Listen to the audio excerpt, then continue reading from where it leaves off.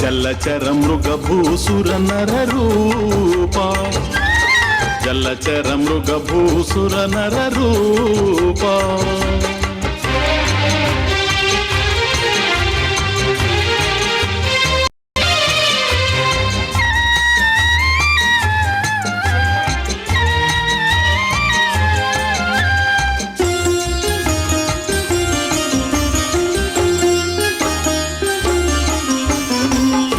కమల నేత్ర సుందర సుమగాత్ర, వికచ కమల నేత్ర సుందర సుమగాత్ర, దేవకి ప్రియ పుత్ర సమస్త లోక సూత్ర, నిఖిల పావన నిర్మల జీవన సర్వేశ సురవందిత, విశ్వకారణ పన్నగ శయన క్షీరాబ్ది నిద్రిత, నీలి గగన మండల సుందర మంజుల మురళీ మనోహర, నీలి గగన మండల సుందర మంజుల మురళీ మనోహర, వేదాంత విజ్ఞాన స్వరూప సర్వేశ్వర, జలచర మృగభూసుర నర రూపా, జలచర మృగభూసుర నర రూపా.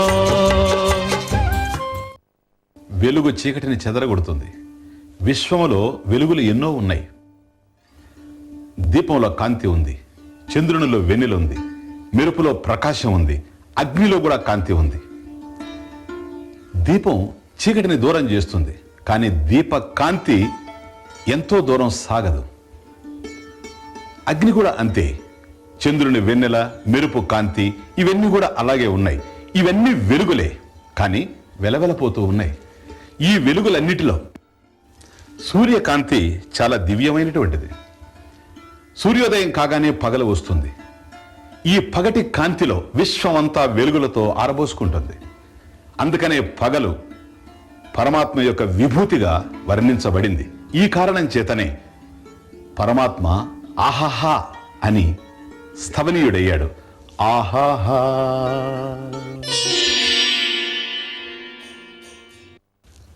ప్రకాశ రూపత్వాత్ ఆహాహా ఇది. పరమాత్మ ప్రకాశ స్వరూపుడు గనక ఆయన ఆహాహా అని కీర్తింపబడ్డాడు. ప్రకాశము అంటే జ్ఞానం. ప్రకాశం ఉండేటువంటి చోట అంధకారం ఉండలేదు. అంధకారం అజ్ఞానం. ఒక వస్తువు ఉంది అంటే దానికి సంబంధించిన జ్ఞానం ఉండాలి, ఉంటుంది. ఇది జ్ఞానం. అటువంటి జ్ఞానం మన బుద్ధిలో లేకపోవచ్చు, కానీ వస్తు జ్ఞానం మాత్రం లేకుండా పోదు. ఎప్పుడైతే వస్తువు బుద్ధిలో ప్రస్ఫుటంగా గోచరించడం లేదో అప్పుడు ఆ వస్తువుకు సంబంధించిన అజ్ఞానం బుద్ధిలో ఉంది అని అర్థం. ఇదే బుద్ధిలోని అజ్ఞానం, ఇదే చీకటి. బుద్ధిలో అజ్ఞానం ఉండొచ్చు, అంత మాత్రాన ఎప్పుడూ అజ్ఞానమే ఉంటుందని, అంధకారమే ఉంటుందని చెప్పడానికి అవకాశం లేదు. వెలుగు రానంత వరకే చీకటి ఉంటుంది, జ్ఞానం రానంత వరకే అజ్ఞానం ఉంటుంది. ఈ ప్రపంచంలో దివ్యమైనటువంటి వెలుగుల్ని మనం చూస్తూ ఉన్నాం. రాత్రంతా రాజ్యమేలినటువంటి చీకటి సూర్యోదయం కాగానే అదృశ్యమవుతూ ఉంది. కనుక సూర్యోదయంతో పగలు వస్తూ ఉంది. ఈ పగలతో దివ్యంగా లోకమంతా కూడా శోభిస్తూ ఉంది. అట్లాగే ఎంతో కాలంగా మన బుద్ధి మీద పట్టును సాధించి ఉన్నటువంటి అజ్ఞానం పరమాత్మ జ్ఞానంతో అదృశ్యమవుతుంది.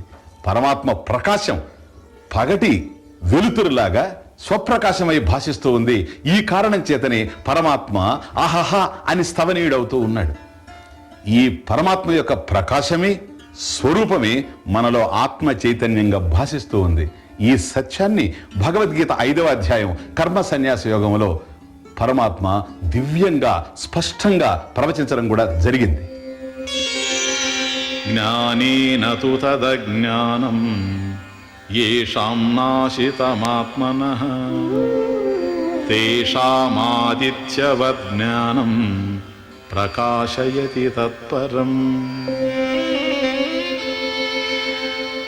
ఎవరి అజ్ఞానము ఆత్మజ్ఞానము చేత నశించినదో అట్టి వారి జ్ఞానము శ్రేష్టమై సూర్యుని వలె ప్రకాశిస్తుంది.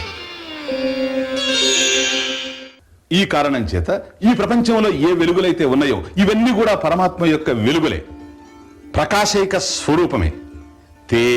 తేజస్వినామహం.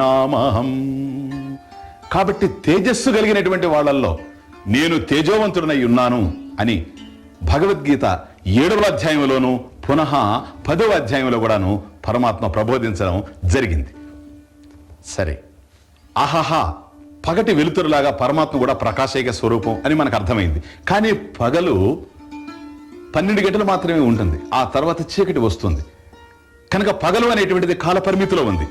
పరమాత్మ కూడాను ఆహాహా పగటి వలె ప్రకాశైక స్వరూపుడు అయితే ఆయన యొక్క ప్రకాశానికి కూడాను పరిమితంగా ఉందే, ఆయన యొక్క ప్రకాశం కూడా కాల పరిమితిలోకి వస్తుందా అనేటువంటి సందేహం మనకు కలగచ్చు. దీనికి అవకాశమే లేదు. ఎందుకని ప్రకాశం, పరమాత్మ యొక్క ప్రకాశం సదా ప్రకాశైక స్వరూపం అయ్యింది. అది రాత్రి ప్రకాశిస్తూ ఉంది, పగలు ప్రకాశిస్తూ ఉంది. పగల యొక్క వెలుతురు ఉంటే దానికి ఆధారంగా ఉంది, రాత్రి చీకటిగా ఉంటే ఆ చీకటి ఉంది అని తెలియడానికి ఆధారమైంది. పరమాత్మ స్వరూపమైంది, ప్రకాశమైంది. కనుక ఇది ప్రతి క్షణము ఉంది, సంవత్సరం పొడుగునా ఉంది, రాత్రింబవళ్లతో సంబంధం లేకుండా ఉంది. కనుక సదా ప్రకాశైక స్వరూపుడు కనుక పరమాత్మ సంవత్సరః అని కూడా కీర్తింపబడ్డాడు. సంవత్సరః. సంవత్సరః కాలాత్మన స్థితో విష్ణు సంవత్సర ఇత్యుక్తః. కాలస్వరూపుడైనందున పరమాత్మ సంవత్సరః అని కీర్తింపబడుతూ ఉన్నాడు.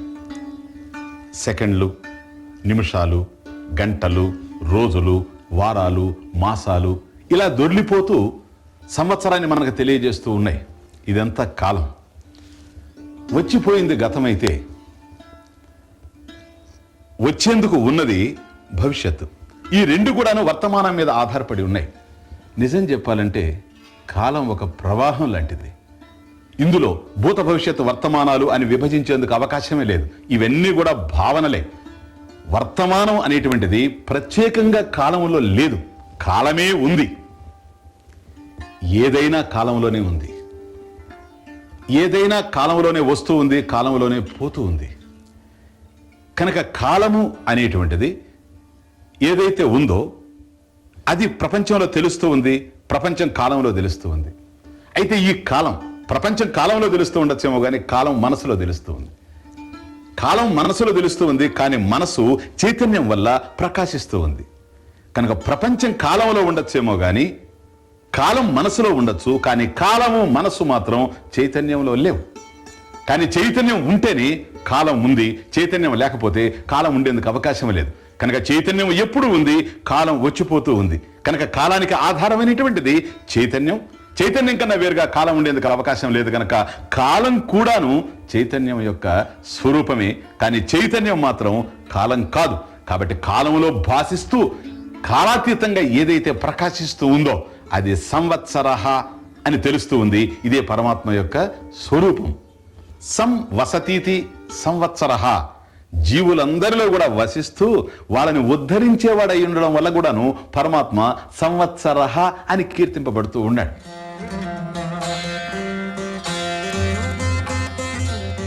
పరమాత్మ మన అందరిలోనూ ప్రకాశిస్తూ ఉన్నాడు.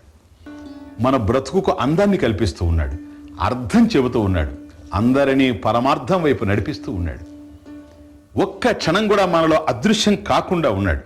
ఈ కారణం చేత ఆయన సంవత్సరుడు, అంటే సదా ఉండేవాడే. ఉన్నట్లే ఉంది, కానీ ఉన్నట్లు తెలియకుండా ఉంది. ఈ కారణం చేత పరమాత్మ వ్యాళః అని స్థవనీయుడవుతూ ఉన్నాడు. వ్యాళః.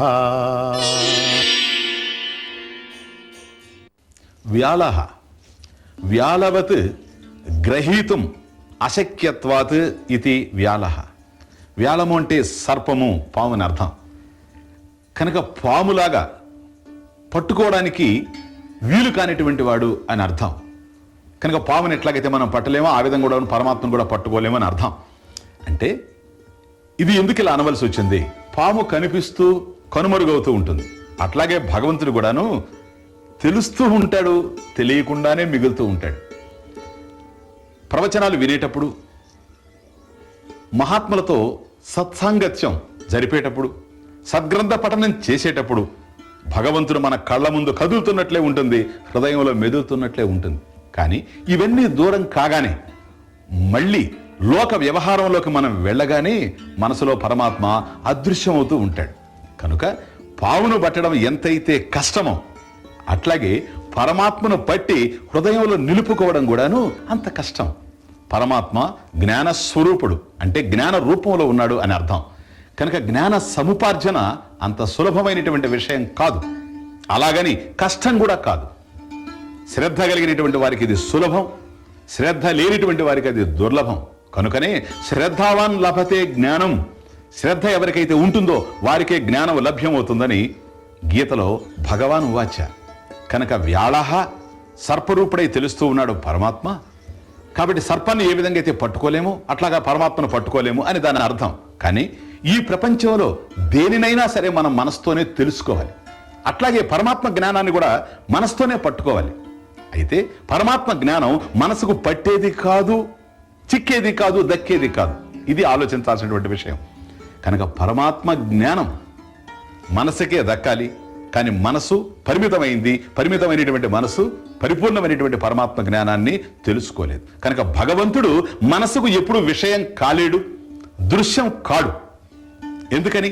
పరమాత్మ యొక్క చైతన్యం చేతనే మనసు నడుస్తూ ఉంది గనక. ఏ చైతన్యం వల్ల మనసు నడుస్తూ ఉందో అటువంటి మనసు భగవంతుని యొక్క చైతన్యాన్ని తెలుసుకోలేదు. కానీ చైతన్యం ఉండడం వల్లనే సమస్తం ప్రకాశిస్తూ ఉంది ఈ ప్రపంచంలో, మనసు కూడా. ఈ విధమైనటువంటి జ్ఞానం గనక కలిగితే ఇది మనసులో కలిగేటువంటి జ్ఞాన వృత్తి, ఇది చాలా ఇంపార్టెంట్. ఎప్పుడైతే జ్ఞాన వృత్తి మనసులో కదులుతుందో అప్పుడు చైతన్య స్ఫురణ ఏర్పడుతుంది. ఇటువంటి జ్ఞాన వృత్తే వ్యాళము. కాబట్టి సర్పము అంటే జ్ఞాన వృత్తి అని అర్థం. కనుక ఈ జ్ఞాన వృత్తి అనేటువంటి సర్పం ఆదిశేషుడు బుద్ధి అనేటువంటి పాల సముద్రంలోనే ఉంటాడు. కాబట్టి ఈ జ్ఞాన వృత్తిని మనం పట్టుకోవాలి. అంటే బుద్ధి అనేటువంటి పాల సముద్రంలో అన్వేషించాలి. ఈ బుద్ధిలో ఏ జ్ఞాన వృత్తి అయితే పవళించి ఉందో ఆ సర్పాన్ని జాగృతం చేయడమే భక్తి. కనుక ఈ సాధనే అనంత శక్తి. అందుకనే భక్తులు భాగవతోత్తములు పాల సముద్రంలో పవళించి ఉండేటువంటి విష్ణుమూర్తిని కీర్తిస్తూ గానం చేశారు. ఆయన్ని వేడుకుంటూ ప్రార్థిస్తూ తమల్ని ఉద్ధరించమని ఆ పాల సముద్రంలో పడుకొని ఉండేటువంటి పవళించి ఉండేటువంటి శేషశాయిని కీర్తించారు.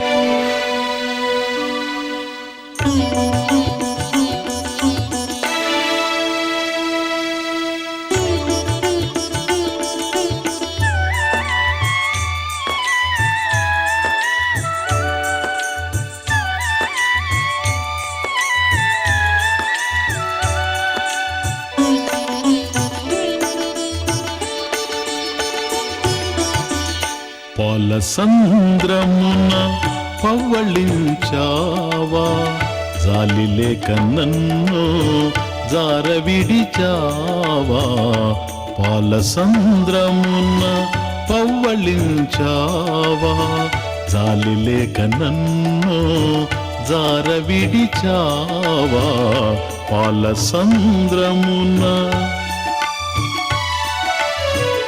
లోకాలు పాలించి అలసిన దేవా, గాలించలేను మురవిని రావా.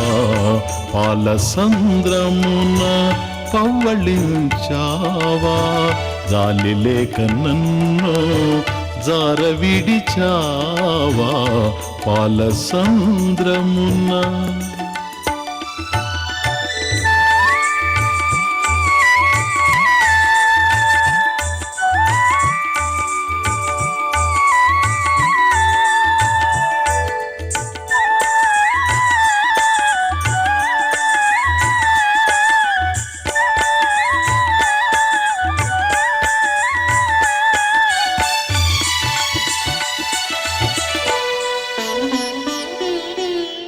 యతుల సుమతుల వినతుల విని విని విసిగిపోతివా స్వామి.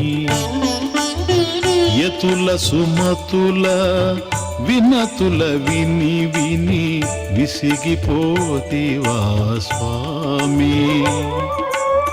మతులు మతాలు తెలియని భక్తుల, మతులు మతాలు తెలియని భక్తుల అండజేరి ఆనందముతో పాలసంద్రమున పవ్వళించావా, జాలి లేక నన్ను జారవిడిచావా పాలసంద్రమున.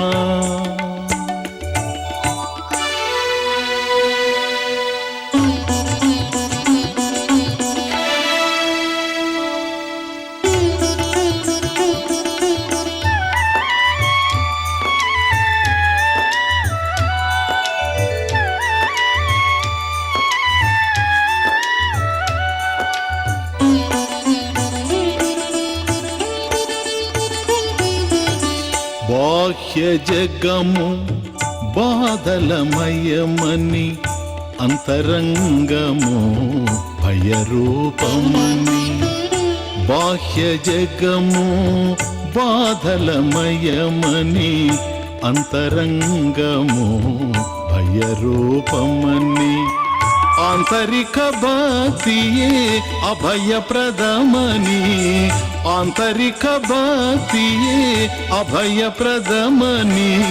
సరిచేపుటకు సిరితో గూడి పాలసంద్రమున పవ్వళించావా, జాలి లేక నన్ను జారవిడిచావా పాలసంద్రమున.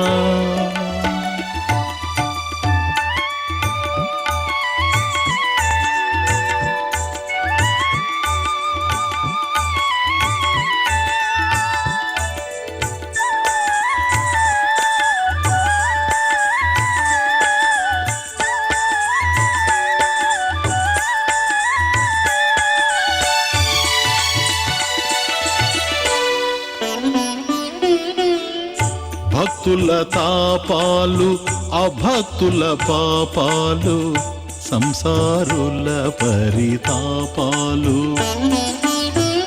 భక్తుల తాపాలు అభక్తుల పాపాలు, సంసారుల పరితాపాలు.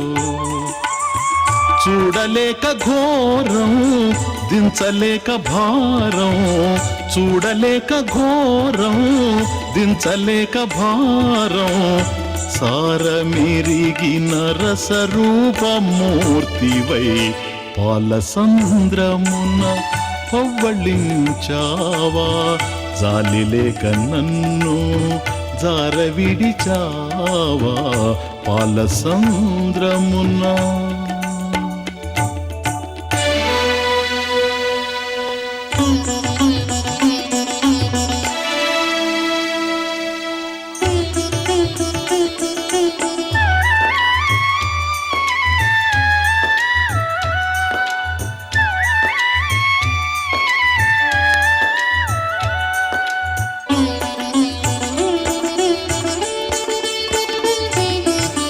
తల్లిదండ్రి గురువు దైవం నీవని నమ్మిన, నాలో దోషము నీకగుపించెనా. తల్లిదండ్రి గురువు దైవం నీవని నమ్మిన, నాలో దోషము నీకగుపించెనా. నా భావమిరిగిన మహానుభావ, నా భావమిరిగిన మహానుభావ.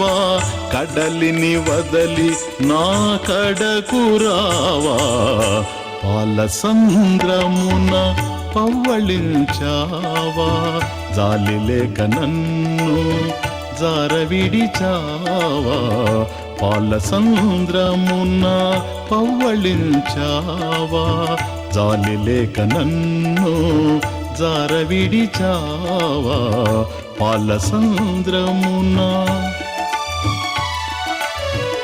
లోకాలు పాలించి అలసిన దేవా, గాలించలేను మురవిని రావా, పాలసంద్రమున పవ్వళించావా, జాలి లేక నన్ను జార విడిచావా. ఈ విధంగా పరమాత్మ జ్ఞానరూపుడై ఉన్నాడు గనక ప్రమాణం లేకపోతే పరమాత్మ తెలియబడడు. ప్రమాణం ఉంటే ప్రజ్ఞాన స్వరూపంగా తెలుస్తాడు. ఈ కారణం చేతనే పరమాత్మ ప్రత్యయ అని శబ్దవాచ్యుడయ్యాడు. ప్రత్యయ ప్రతీతి ప్రజ్ఞా ప్రత్యయ ప్రజ్ఞానం బ్రహ్మ ఇది శృతే.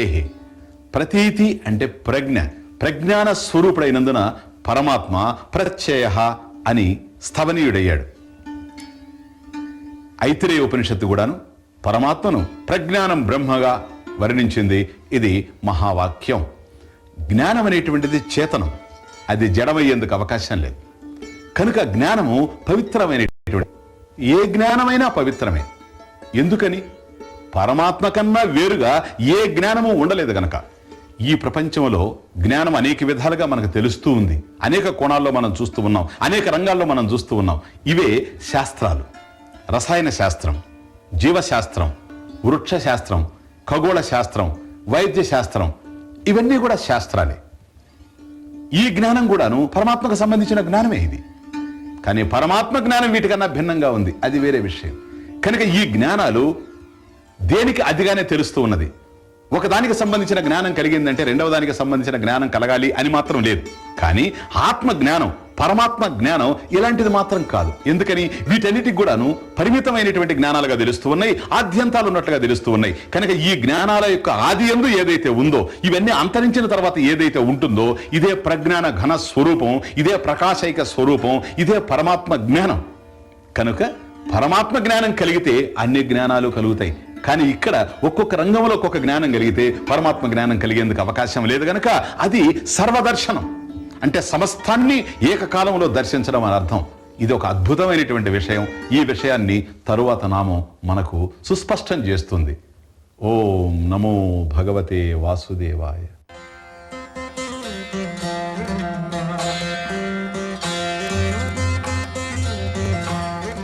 జ్ఞానాన్ని పొందేందుకు, శాంతి గాలుల్ని పీల్చుకునేందుకు మానవ దేహం మనకు లభించింది. ఇది పరమాత్మ అనుగ్రహించిన ప్రసాదం. అయినా ఇది మూలపడకుండా, మురికి కాకుండా, మృత్యువాత పడకుండా దీనిని మనం దాచుకోలేం. ఎన్నాళ్ళున్నా ఈ దేహం, మన జీవితం మూన్నాళ్ల ముచ్చటే. మమతలన్నీ మతాబుల కాంతులే. స్థిరత అనేది కుందేటి కొమ్మే ఈ ప్రపంచంలో.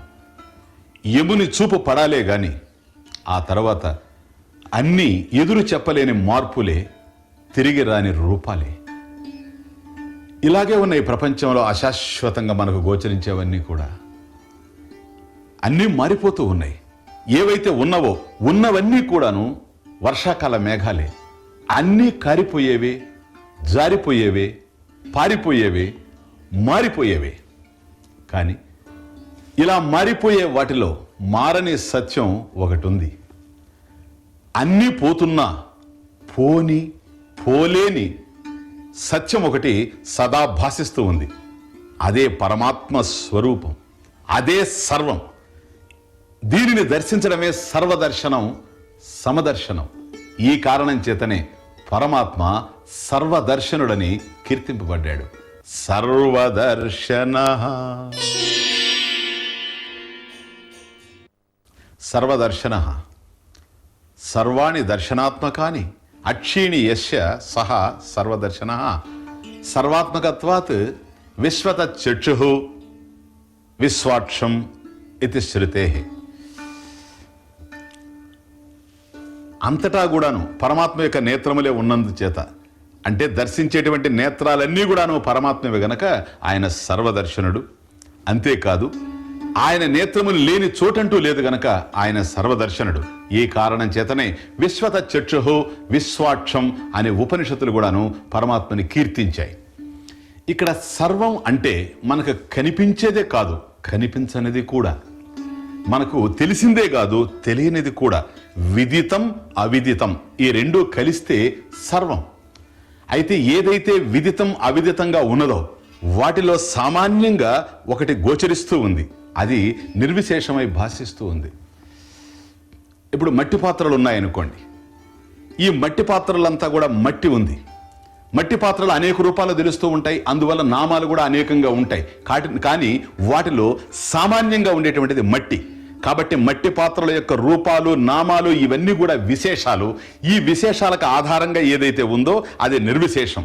కాబట్టి విశేషాలన్నీ కూడా నిర్విశేషం మీద ఆధారపడి ఉంటాయి. మట్టి పాత్రలో ఉన్నదంతా కూడా మట్టి. మట్టి కన్నా భిన్నంగా రెండవది ఉండేందుకు అవకాశం లేదు. అయితే మట్టి పాత్రలు అనేక రూపాలతో, నామాలతో తెలుస్తూ ఉండినా కూజాను దర్శిస్తే కుండను దర్శించినట్లు కాదు, కుండను దర్శిస్తే బాణను దర్శించినట్లు కాదు, బాణను దర్శిస్తే మూకుడును దర్శించినట్లు కాదు, మూకుడును దర్శిస్తే ముంతను దర్శించినట్లు కాదు. కానీ మట్టిని గనక దర్శిస్తే అంతటిని అన్నిటినీ దర్శించినట్లే అవుతుంది. కనుక ఇది నిర్విశేషం. అలాగే ఏ విధంగా అయితే మట్టి పాత్రలో మట్టే ఉందో, ఈ నామరూపాలలో ఏదైతే నిర్విశేష సత్తా స్వరూపంగా ఉందో అది పరమాత్మ చైతన్యం. కనుక దానిని దర్శించినట్లయితే సమస్తాన్ని దర్శించినట్లే. ఇదే సర్వదర్శనం. కనుక ఈ ప్రపంచంలో ఉండేటువంటి రూపాలన్నీ కూడా మార్పు చెందుతూ ఉంటాయి, నశించిపోతూ ఉంటాయి. కానీ పరమాత్మ యొక్క సత్తా స్వరూపం ఏదైతే ఉందో ఇది మాత్రం నశించేది కాదు, మారేది కాదు.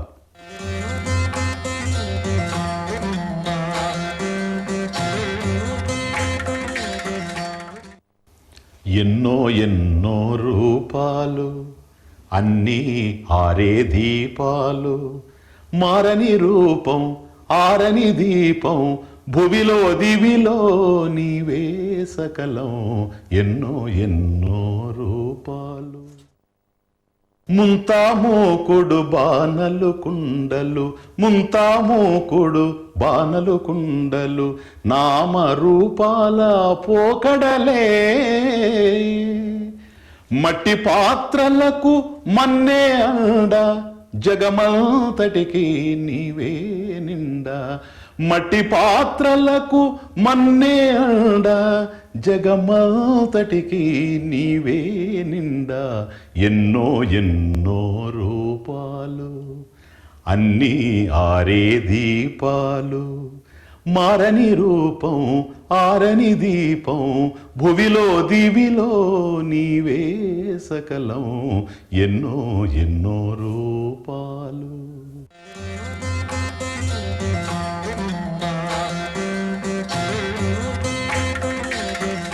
ఈ విధంగా సత్యమిథ్యలను విచక్షణ చేసి అవలోకించు వివేకి అమృతమయమైనటువంటి దృష్టిని కలిగి ఉంటాడు. అందరిలాగే అతను ఈ ప్రపంచాన్ని దర్శిస్తూ ఉండొచ్చు, కానీ తన దృష్టి వేరే. ఈ నామరూపాలలో అతనికి నారాయణుడు ఎప్పుడు అదృశ్యం కాడు. ఒక లోకంలో, ఒక ప్రదేశంలో, ఒక దేశంలో, ఒక కాలంలో విష్ణుమూర్తిని దర్శించడం అతనికి సాధ్యపడదు. సర్వము అతనికి సత్యమే. సర్వదర్శనము సత్యదర్శనమే. నశించే వాటన్నిటిలో కూడాను నశించని తత్వము పరమేశ్వర తత్వం. అదే సర్వదర్శనంగా అతనికి తెలుస్తూ ఉంది. కుండలు పగిలిన మట్టి ఎక్కడికి పోవడం లేదు. కుండలు నశిస్తాయి కానీ మట్టి నశించదు. దేహాలు నశిస్తాయి కానీ దేహి నశించడు. మనసులు నశిస్తాయి, ఇంద్రియాలు నశిస్తాయి, సంకల్పాలన్నీ కూడా నశిస్తూ ఉంటాయి. అయితే వీటన్నిటిలో నశించినటువంటి తత్వం ఏదైతే ఉందో దానిని అవలోకించేటువంటి వ్యక్తికి ఈ ప్రపంచంలో భేదాలు గోచరించవు. ఇది అమృతమయమైనటువంటి దృష్టి. ఇదే సర్వదర్శనం. కనుక ఈ సర్వదర్శనం, సమదర్శనం లేనటువంటి వ్యక్తి భేదభావాలతో కదులుతూ విషమ దృష్టిని కలిగి ఉంటాడు. నేత్ర దృష్టి సరిగా లేనప్పుడు, దోష దృష్టి ఎప్పుడైతే నేత్రాల్లో ఉందో అటువంటి వాడికి భేదాలే ఈ ప్రపంచంలో గోచరిస్తూ ఉంటాయి. ఈ నేత్ర దోషం చేత, దృష్టి దోషం చేత ఒక వస్తువుగా తెలియదు, ఉన్నది ఉన్నట్లుగా అర్థం కాదు. ఒకటి రెండుగా తెలుస్తూ ఉంటాయి, ఆ రెండు మరొక రెండుగా తెలుస్తూ ఉంటాయి. ఇదే దృష్టి దోషం. కనుక ఎప్పుడైతే దృష్టిలో భేదం ఉందో సృష్టిలో కూడా భేదం గోచరిస్తూనే ఉంటుంది. ఈ విధమైనటువంటి భేద దృష్టి కలిగినటువంటి వాళ్ళు ప్రదేశాల్లో కూడా భేదాలను చూస్తారు. గ్రామాలకి మధ్య విభేదాలను సృష్టిస్తారు, అట్లాగే తగాదాలు సృష్టిస్తారు.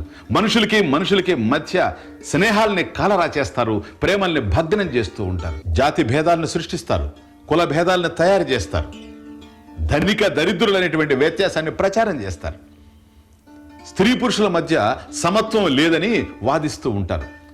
వేదాంతం ప్రబోధించేటువంటి సర్వదర్శనం, సమదర్శనం అర్థం కాకపోవడం చేత సమాజంలో ఇలాంటి వ్యత్యాసాలన్నీ కూడాను మనకు గోచరిస్తూ ఉన్నాయి. హింసలు చెలరేగుతూ ఉన్నాయి, స్వార్థం అందలం ఎక్కుతూ ఉంది, ఆశయాల ముసుగులో అరాచకాలు ఊరేగుతూ ఉన్నాయి ఈ ప్రపంచంలో. పరమాత్మ ఈ ప్రపంచాన్ని పవిత్రంగా సృష్టించాడు. అందరికీ సమానంగా నీటిని పంచాడు, అందరికీ సమానంగా ప్రాణవాయువుని అందించాడు, వేడిని వెలుతురుని అందరికీ సమానంగా పంచమని సూర్యుడిని ఆజ్ఞాపించాడు. అలాగే అందరికీ సమానంగా వెన్నెలని ఇవ్వమని, చల్లదనాన్ని ఇవ్వమని చంద్రుణ్ణి కూడా ఆయనే ఆజ్ఞాపించాడు. అట్లాగే పళ్ళును పంచమని, చల్లని గాలిని వీచమని, ఇవి అందరికీ సమానంగా పంచమటమని చెట్లకి ఆజ్ఞలిచ్చింది తానే. అందరినీ భరిస్తూ మోస్తూ నిర్విరామంగా విశ్రాంతి లేకుండా పరిభ్రమిస్తూ ఉండమని భూమికి ఆజ్ఞలిచ్చింది కూడా పరమాత్మే. ఇవన్నీ యజ్ఞ కార్యాలు ప్రకృతిలో మనకు గోచరిస్తూ ఉన్నాయి. కానీ పరమాత్మ యొక్క ఆజ్ఞాన సారం, ఆయన యొక్క మాటగా తల ఉంచి ఇవన్నీ కూడా చరిస్తూ ఉన్నాయి, మానవ జీవన విధానానికి ఉపకరిస్తూ ఉన్నాయి. కానీ ఎందుకో మనోబుద్ధులు ఉన్నటువంటి మానవుడు మాత్రమే స్వార్థానికి బానిసై అస్తవ్యస్తమైనటువంటి జీవితాన్ని కొనసాగిస్తూ సమదర్శనాన్ని మరిచి విషమ దర్శనంతో ఈ విశ్వంలో విడ్డూరాన్ని ఆవిష్కరించుకుంటూ వికృతమైనటువంటి స్వరూపాన్ని తయారు చేసుకుంటూ ముందుకు పోతూ ఉన్నాడు. ఈ భేద భావాలకు అలవాటు పడినటువంటి జీవితాలు ఎప్పుడైనా బోల్తా కొట్టేవే. వీటిలో నిజమైనటువంటి ఆనందం మనిషికి లభించదు. జరిగింది ఏదో జరిగిపోయింది. కాలం చాలా విలువైంది. పోయినటువంటి కాలం తిరిగి రమ్మన్నా కూడా రాదు. ఇక జరగవలసింది ఏమిటో అది పవిత్రంగా జరగాలి. ఈ విషయంలో మనం జీవిత విలువల్ని అధ్యయనం చేయాలి, వాటికి అనుగుణంగా చరించాలి, జీవిత లక్ష్యాన్ని ముందుంచుకొని పవిత్రమైనటువంటి జీవితాన్ని గడుపుతూ పోవాలి. ఇక ఈ విషమ జీవితాన్ని ఇంతటితో సమాప్తం చేయాలి. దీనికి భగవంతుని యొక్క కృప మనకు కావాలి. దీన దయాళుడు భక్తవత్సరుడైనటువంటి భగవంతుని ప్రార్థించాలి. హే భగవాన్, ఈ విషమ స్థితిని నా హృదయం నుంచి దూరం చేయి, నాకు పవిత్రమైనటువంటి జీవితాన్ని ప్రసాదించు అని భగవంతుని కన్నీళ్లతో వేడుకోవాలి. ఏ విధంగా అయితే నీళ్లు పడితే, వర్షం పడితే జలంతో భూమి ఎట్లాగైతే మెత్తబడుతుందో అలాగే కన్నీటితో హృదయం కూడా మెత్తబడాలి.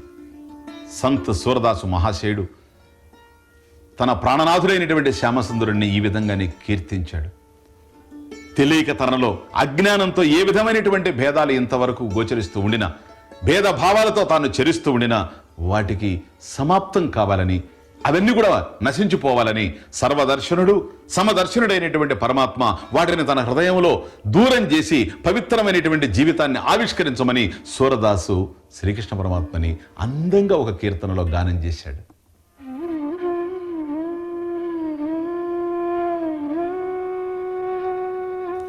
ఇనుముతో విగ్రహాన్ని తయారు చేస్తారు. ఈ విగ్రహం, లోహంతో తయారైనటువంటి ఈ విగ్రహం పూజా గదిలో ఉండి భక్తుల చేత పూజలు అందుకుంటూ ఉంటుంది. కానీ కషాయవాని కత్తి కూడాను ఇనుముతోనే తయారై ఉంటుంది. ఈ రెండిటిని పరుసవేది తన దివ్యమైనటువంటి స్పర్శతో బంగారుగా మారుస్తుంది. కానీ వాటిలో గుణదోషాలు చూడదు. ఇది విగ్రహము పవిత్రమైంది అని గాని, ఇది కషాయవాని కత్తి ఇది దురదృష్టకరమైంది అని గాని వాటిలో గుణదోషాలు చూడకుండా ఆ రెండింటినీ పరుసవేది చక్కగా బంగారుగా మార్చుతూ ఉంది. ఇదే సర్వదర్శనమని సమదర్శనమని సూరదాసు కీర్తిస్తూ ఉన్నాడు. అంతేకాదు, నీళ్లు కాలువల్లోనూ ఉంటాయి, నదుల్లోనూ ఉంటాయి.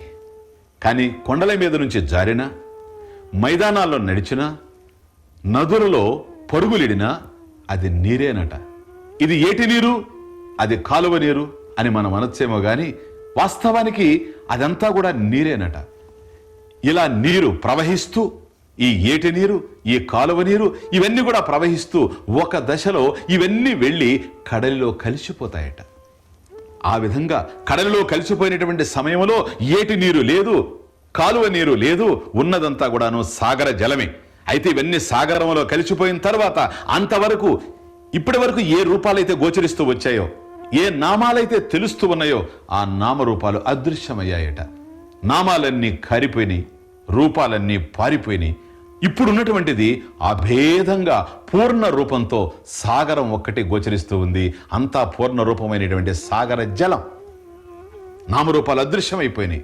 అట్లాగే ఏ విధంగా అయితే సాగరం పూర్ణ జలంతో శోభిస్తూ ఉందో అలాగే తనను కూడాను పూర్ణ రూపంతో శోభించేలా ఆశీర్వదించమని సంత్ సూరదాస్ శ్రీకృష్ణ పరమాత్మను ప్రార్థిస్తూ ఉన్నాడు. కనుక అభేద దర్శనం, అఖండ దర్శనం తనకు లభ్యం కావాలని, భేద దర్శనం నామరూపాలతో ఉండేటువంటి ఈ భేదాలన్నీ కూడా సమసిపోయి అఖండమైనటువంటి దివ్యమైనటువంటి పూర్ణ శోభ తన జీవితంలో కూడా ఆవిష్కరించమని కన్నీళ్లతో శ్రీకృష్ణ పరమాత్మను ప్రార్థిస్తూ ఉన్నాడు సూరదాస్.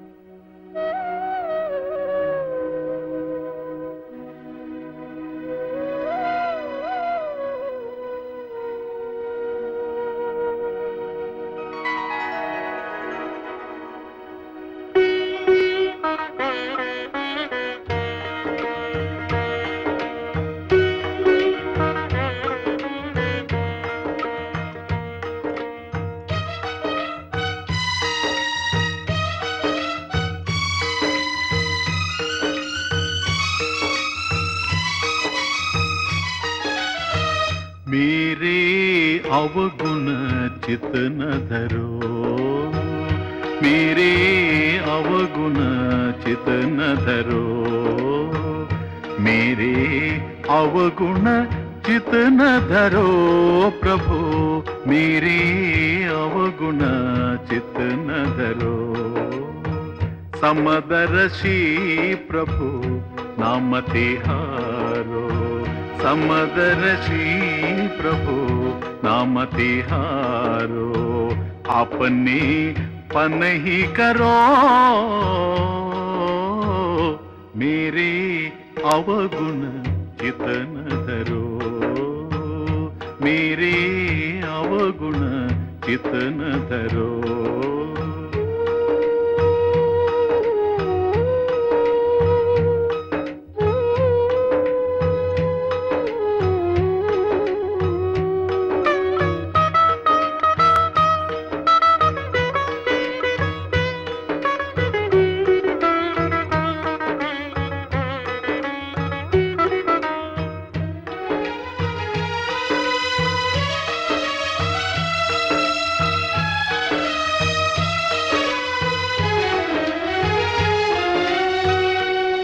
लोहा पूजा मेरा खत, एक घर पधिक परो, एक लोहा पूजा मेरा खत, एक घर पधिक परो. यह दुविधा पारस नहीं जानत, कंचन करत करो, मेरे अवगुण चित न धरो, मेरे अवगुण चित न धरो.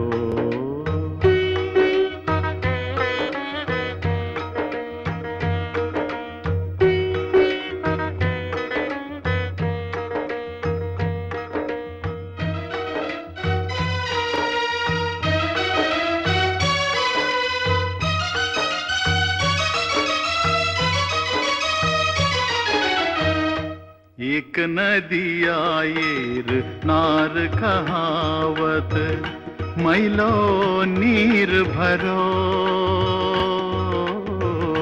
एक नदिया येर नार कहावत, मैलो नीर भरो.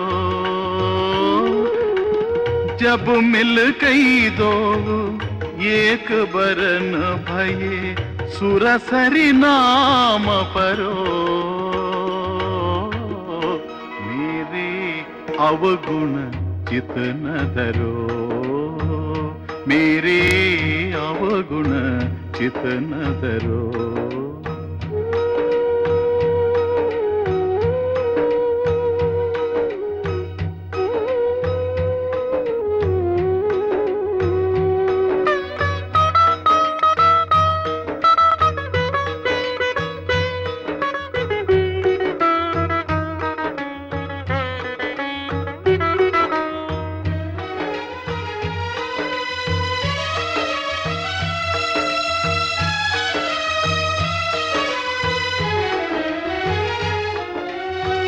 एक जीव एक ब्रह्म कहावत, सूर श्याम जगरो। एक जीव एक ब्रह्म कहावत, सूर श्याम जगरो। अब की बेर मोही पार उतारो, नहीं पन जात ठहरो। मेरी अवगुण चित न धरो, मेरे अवगुण चित न धरो। मेरे अवगुण चित न धरो प्रभु, मेरे अवगुण चित न धरो। समदर्शी प्रभु नाम तिहारो, समदर्शी प्रभु नाम तिहारो। अपने पन ही करो, मेरे अवगुण चित न धरो। मेरे अवगुण चित न धरो, मेरे अवगुण चित न धरो। मेरे अवगुण चित न धरो। పవిత్రమైన సర్వదర్శనాన్ని సమదర్శనాన్ని వేదాంతం ఆవిష్కరిస్తుంది. ఈ మంగళకర దృష్టిని విష్ణు సహస్రనామం కూడా ప్రసాదిస్తూ ఉంది. దివ్యమైనటువంటి ఈ దృష్టి కలగాలే కానీ ఆ తరువాత ఏదైనా మనకు దూరం కావచ్చేమో కానీ పరమాత్మ మాత్రం దూరం కాలేడు. ఏది కనిపించినా ఏది కనిపించకపోయినా పరమాత్మ మాత్రం కనుమరుగు కాలేడు. ఇదే సర్వదర్శనం, ఇదే సమదర్శనం. ఈ ప్రపంచ ఎడారిలో జ్ఞానదాహంతో ప్రేమదాహంతో అయోమయంగా చరిస్తున్నటువంటి బాటసారులం మనం. ఈ దాహాన్ని తీర్చమని, దరిచేర్చుకోమని అనాదిగా పరమాత్మని అభ్యర్థిస్తూ ఉన్నాం, అర్థిస్తూ ఉన్నాం, ప్రార్థిస్తూ ఉన్నాం. దీనదయాళుడైనటువంటి పరమాత్మ మన మొరను ఆలకించాడు. ఈ మానవ జన్మను మనకు ప్రసాదించాడు. ఈ దేహం అనేటువంటి పాత్రలో వివేకం అనేటువంటి క్షీరాన్ని నింపి మనకు అందించాడు. ఈ క్షీరాన్ని పానం చేసి తృప్తి చెందమన్నాడు. కానీ క్షీరం లభించిందనేటువంటి తృప్తిలో గంతులేస్తూ మనం దీన్ని పారేసుకున్నాం. క్షీరమంతా ఒలికిపోయింది. మళ్ళీ ఆకలే మిగిలిపోయింది. తింటేనే ఆకలి తీరుతుంది, ఆచరిస్తేనే ఆనందం కలుగుతుంది. సమదర్శనం ఏమిటో మనకు అర్థమైంది, సర్వదర్శనం ఏమిటో మనకు అర్థమైంది. మిథ్యని వదిలి సత్యాన్ని ఎలా పట్టుకోవాలో కూడా మనకు తెలిసిపోయింది. ఇక చేయవలసింది ఒక్కటే, దానిని మనం ఆచరించడం. ఇదొక్కటి గనక జరిగితే చాలు, ఆ తరువాత జీవితంలో పండు వెన్నెలలు విరబూస్తాయి. ఈ సమాజం నిండు జాబిలిగా మనకు దర్శనమిస్తుంది. ఇదంతా విష్ణు సహస్రనామం మనకు ప్రసాదిస్తుంది. ఓం నమో భగవతే వాసుదేవాయ.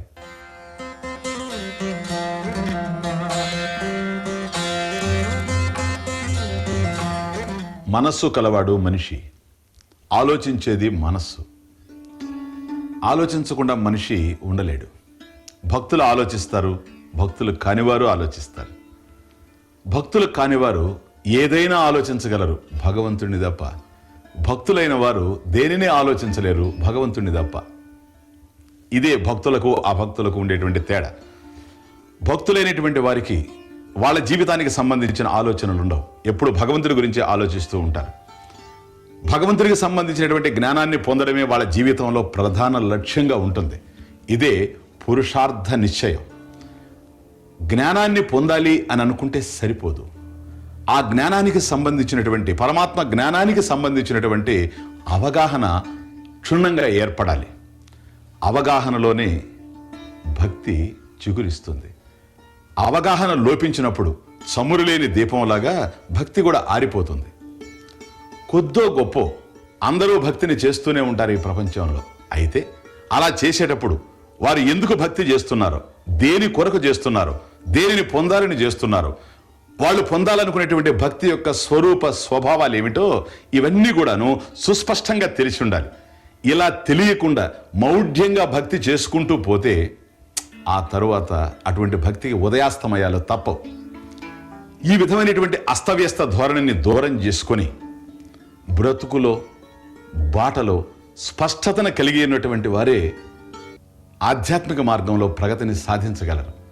ఈ ప్రయత్నంలో విష్ణు సహస్రనామం ఎంతవరకు సహకరిస్తుందో ఇప్పటి వరకు మనం అర్థం చేసుకున్నాం.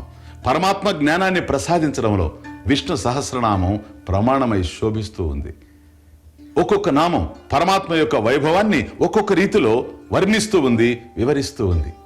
ఇప్పటి వరకు 94 నామాలు మనం చూచాం. పుట్టని వారి వైభవాన్ని వర్ణించడంలో 95వ నామం పుట్టింది. అజహ.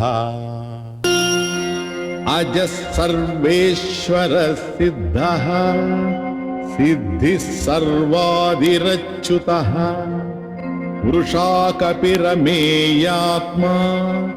సర్వయోగ వినిసృత.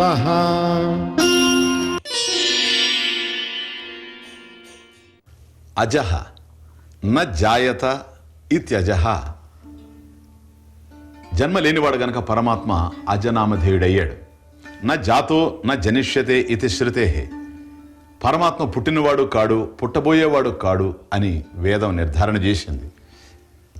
పుట్టుక, జన్మము అనేటువంటి విషయాల్ని మనం చక్కగా స్పష్టంగా అర్థం చేసుకుంటూ పోవాలి. పుట్టింది ఏదైనా సరే, పుట్టింది అని అంటే మాత్రం అది అంతకుముందు లేనిది అని అర్థం, కాలంలో కలిగింది అని భావం. అయితే పరమాత్మని ఈ విధంగా పుట్టినవాడుగా మనం అభివర్ణించగలమా? పరమాత్మ గనక అలా పుట్టినవాడైతే అంతకుముందు లేనివాడు అని అర్థం.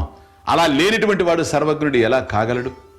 కనుక పరమాత్మ పుట్టినవాడు కాడు గతంలో, పుట్టబోయేవాడు కాడు భవిష్యత్తులో.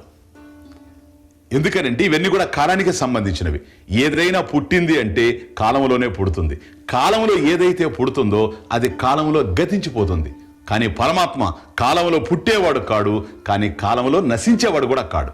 కారణం, కాలానికి ఆధారమైనటువంటి వాడు తానే. పరమాత్మ చైతన్యం వల్లనే కాలం తెలుస్తూ ఉంది, లేకపోతే కాలం కూడా తెలిసేందుకు అవకాశం లేదు.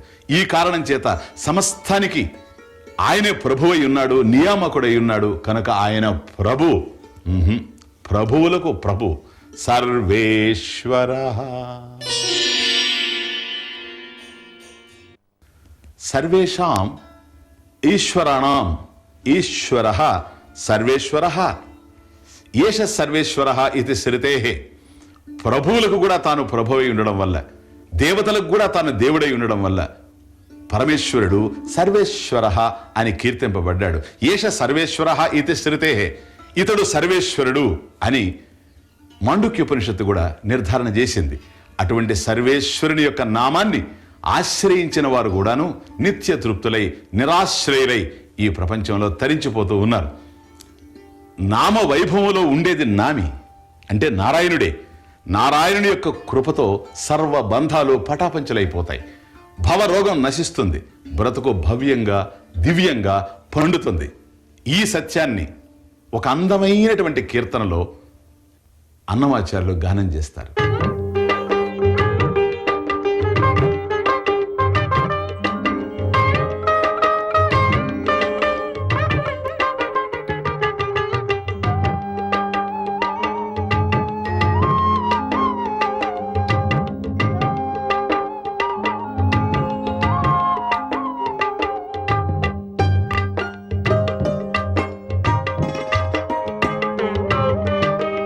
అన్నిటికి నిధి పరమౌషధము, వెన్నుని నామమే విమలౌషధము.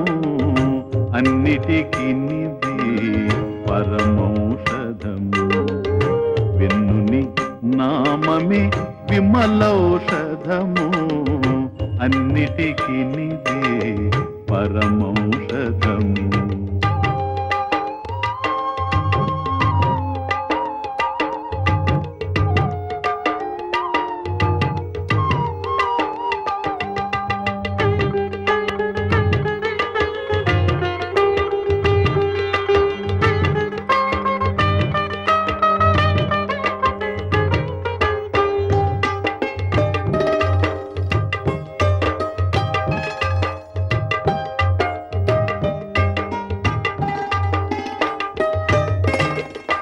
చిత్తశాంతికి నీ శ్రీపతి నామమే అత్తిన నిజ దివ్యౌషధము.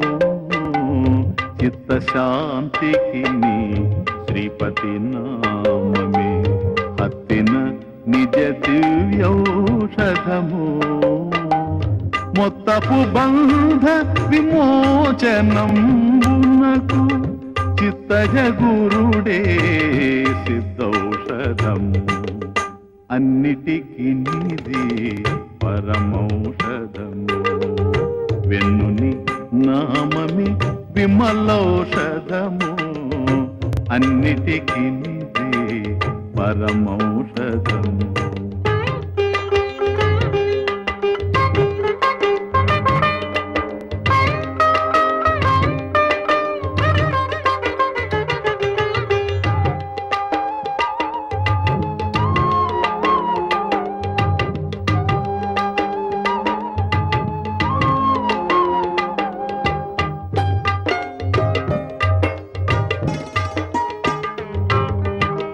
పరిపరి విధముల అవరోగములకు హరిపాద జలమే ఔషధము.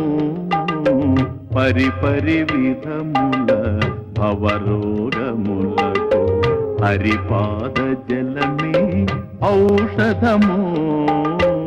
దురిత కర్మముల తొలగించుటకు మురహరు పూజే ముఖ్యౌషధము. అన్నిటికీ నీది పరమౌషధము. వెన్నుని నామమి విమలౌషధము. అన్నిటికీ నీది పరమౌషధము.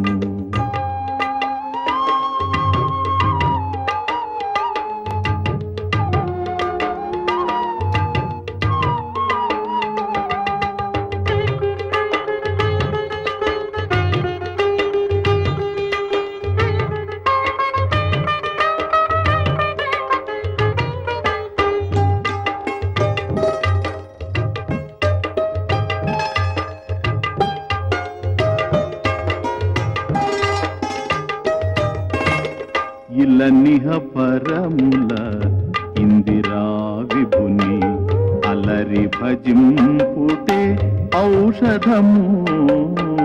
ఇలనిహ పరముల ఇందిరా విభుని అలరి భజింపుటే ఔషధము.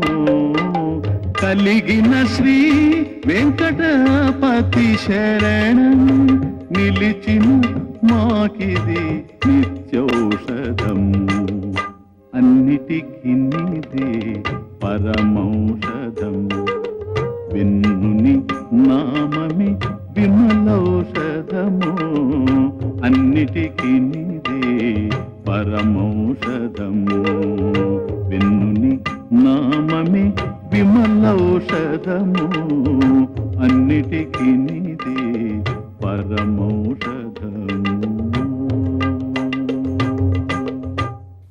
ఈశ ఐశ్వర్యే, స్వతంత్రమైనటువంటి ఐశ్వర్యము కలిగిన వాడు గనక పరమాత్మ సర్వేశ్వరుడు. అంటే స్వతంత్రమైనటువంటి జ్ఞానం కలిగిన వాడు, భగవద్వైభవంతో శోభించేటువంటి వాడు కనుకనే ఆయన సర్వేశ్వరుడు. సర్వేశ్వరుడు గనక ఆయన సర్వజ్ఞుడై ఉండాలి, సర్వజ్ఞత్వం ఆయనకు ఉండాలి. మరి పరమాత్మకి, సర్వేశ్వరుడైనటువంటి పరమాత్మకి సర్వజ్ఞత్వం ఉంది అని చెప్పేది ఎవరు? మనమే. అంటే పరమాత్మకి సర్వజ్ఞత్వం ఉంది చెప్పేటువంటి మనకు సర్వజ్ఞత్వం ఉందా? లేదు. సర్వజ్ఞుడి గురించి చెప్పేటువంటి వాడు సర్వజ్ఞుడై ఉండాలి. సర్వజ్ఞుడు అంటే సర్వత్రా వ్యాపించిన వాడు అయి ఉండాలి, అప్పుడే అది సాధ్యం.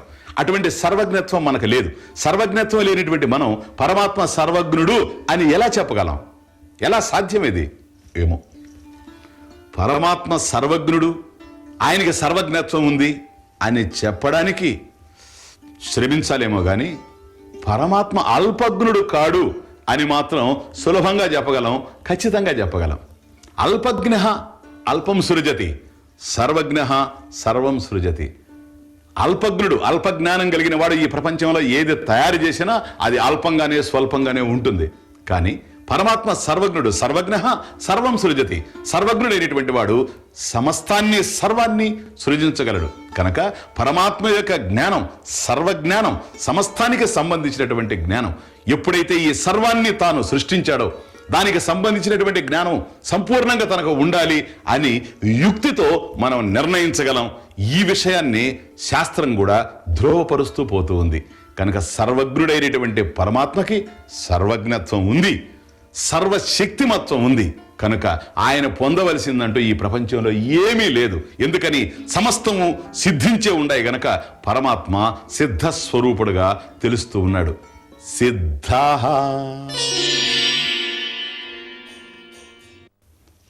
సిద్ధ నిత్య నిష్పన్న రూపత్వాత్ సిద్ధ ఇదే. నిత్యము సిద్ధించినటువంటి స్వరూపమే కలిగిన వాడు గనక పరమాత్మ సిద్ధ అని శబ్దవాచ్యుడయ్యాడు. పరమాత్మ సత్య జ్ఞానానంద స్వరూపుడు కనుక ఉన్నవాడే కానీ కానున్నవాడు కాడు. సిద్ధ వస్తువే గాని సాధ్య వస్తువు కాదు. తదస్తి త్వం అసి. తదస్తి అది ఉంది, త్వం అసి నీవు ఉన్నావు. ఇలాంటి వాక్యాలు పలికేటప్పుడు తదస్తి అది ఉంది అంటే ఒక దేశంలో ఒక ప్రదేశంలో ఉంది అని అర్థం. అట్లాగే ఒక కాలంలో ఉంది అని అర్థం. కాబట్టి ఒక దేశంలో ఒక కాలంలో ఏవైతే మనకు తెలుస్తూ ఉన్నాయో వీటిని ఉన్నవి అని మనం అంటూ ఉన్నాం. కనుక ఏవైతే ఉన్నవో ఇవి ఇలా తెలుస్తూ ఉన్నాయి గనక ఉన్నది వాస్తవమేనైనా వాస్తవానికి అవి మరొక దాని మీద ఆధారపడి ఉన్నాయి అని అర్థం. అంటే కాలం మీద దేశం మీద ఆధారపడి ఉన్నాయి. కనుక అలా ఉన్నాయి గనక వాటిని మనం ప్రయత్నంతో పొందేటువంటి అవకాశం ఉంది. ఈ ప్రయత్నం సాధన అయితే ఆ పొందబడేవి సాధ్యమవుతాయి. కనుక ఇవన్నీ ఈ ప్రపంచంలో సాధ్య వస్తువులు. కానీ పరమాత్మ అలా సాధ్య వస్తువు కాడు, ప్రయత్నం చేత పొందబడేటువంటి వాడు కాడు, నిత్యమై ఉన్నాడు గనక ఆయన సిద్ధ వస్తువే గాని సాధ్య వస్తువు అయ్యేందుకు అవకాశం లేదు. కనుక ఉన్నవాడే గాని కానున్నటువంటి వాడు కాడు. కాబట్టి ఈ ప్రపంచం ఏదైతే తెలుస్తూ ఉందో ఇది కార్యరూపంలో ఉంది. కార్యరూపంలో ఉండేటువంటి ఈ ప్రపంచం నిరంతరం కూడా మార్పు చెందుతూ ఉంది. ఇలా మార్పు చెందేటువంటి ప్రపంచం మారనటువంటి పరమాత్మ మీద, నిత్యుడైనటువంటి పరమాత్మ మీద ఆధారపడి ఉంది. ఇది పరమాత్మ కన్నా వేరుగా లేదు. కానీ ఇది లేకపోయినా కూడాను పరమాత్మ శోభిస్తూనే ఉన్నాడు. కనుక కాలంలో సమస్తం తెలుస్తూ ఉన్నాయి. కాలం కూడా నశించిపోతుంది, గతించిపోతుంది. ఈ కాలానికి కూడా ఆధారమైనటువంటి వాడు తానే గనుక పరమాత్మ సిద్ధ అని కీర్తింపబడ్డాడు. అయితే ఈ సిద్ధ స్వరూపుడైనటువంటి పరమాత్మని పొందడం వల్ల ఏదైతే మనకు కలుగుతూ ఉందో అది మోక్షం అయ్యింది. ఇది సిద్ధి. ఇటువంటి సిద్ధి కూడా తానే అయి ఉన్నాడు. ఇంతవరకు సిద్ధ అని కీర్తింపబడినటువంటి పరమాత్మ ఇప్పుడు సిద్ధి అని శబ్దవాచ్యుడవుతూ ఉన్నాడు. సిద్ధి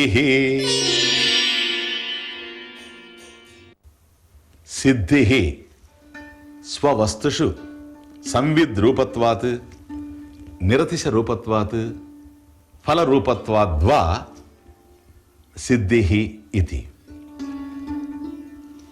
పరమాత్మ జ్ఞానస్వరూపం. సర్వ విషయముల యందు జ్ఞానం సంవిత్ అంటే జ్ఞానాన్ని పూర్ణంగా కలిగి ఉన్నాడు గనక సంవిద్రూపుడై ఉన్నాడు. ఆయన జ్ఞానస్వరూపుడు.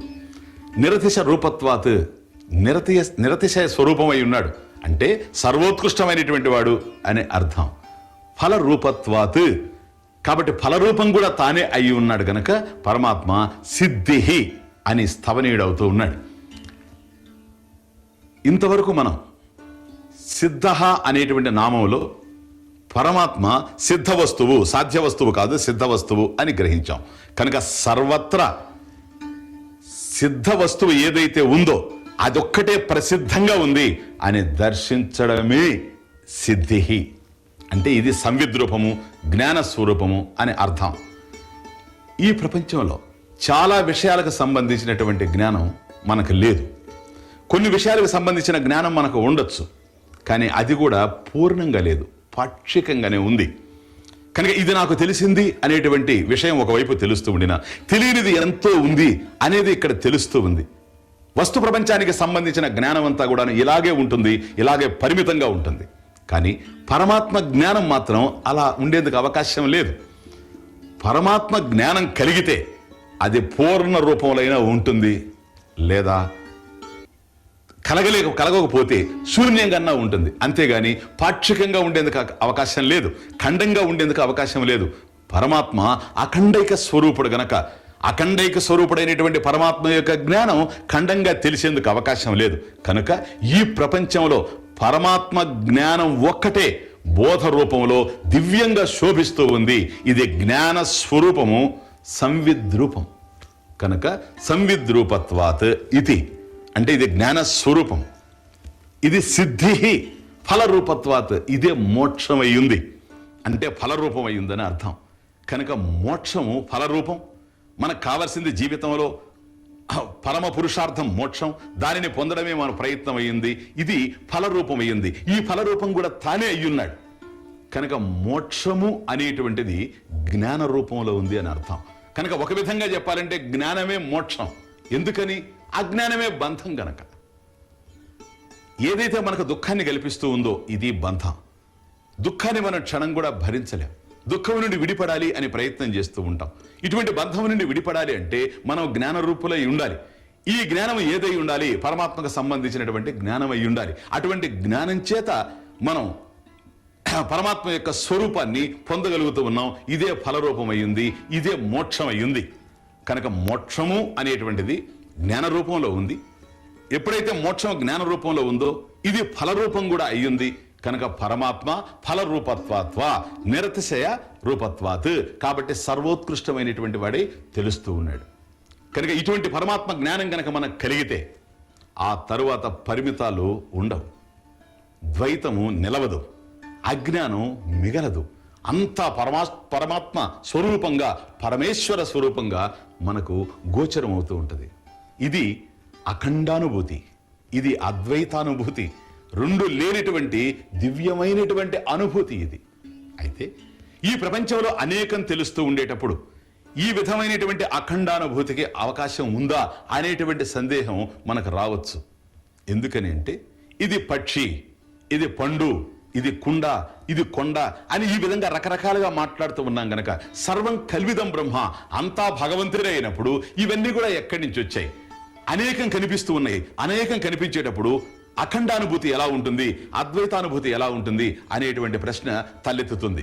ఎప్పుడైతే సత్యం అనేది ఒకటి ఉందో, అది అఖండంగా ఉంది అని మనకు ఎప్పుడైతే తెలిసిందో, దానికన్నా అన్యంగా ఏవైనా కనిపిస్తూ ఉండొచ్చు.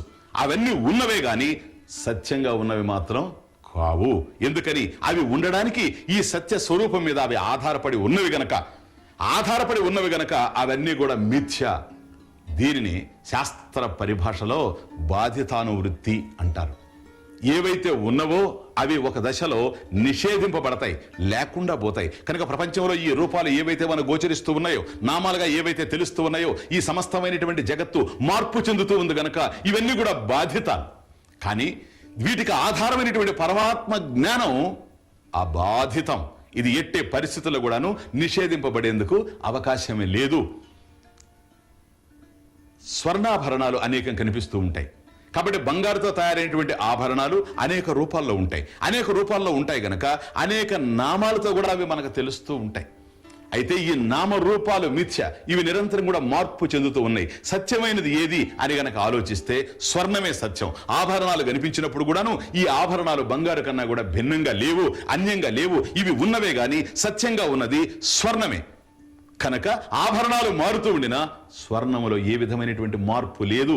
అట్లాగే జగత్తు పరిణామశీలమై ఉండినా, ఇది నిరంతరం మార్పు చెందుతూ ఉండినా పరమాత్మలో ఏ విధమైనటువంటి మార్పు లేదు. ఈ విధంగా మార్పు లేని సత్య జ్ఞానానంద స్వరూపమైనటువంటి పరమాత్మ ఫలరూపమై ఉన్నాడు, నిరతిశయ రూపమై ఉన్నాడు, అట్లాగే సంవిద్రూపమై ఉన్నాడు.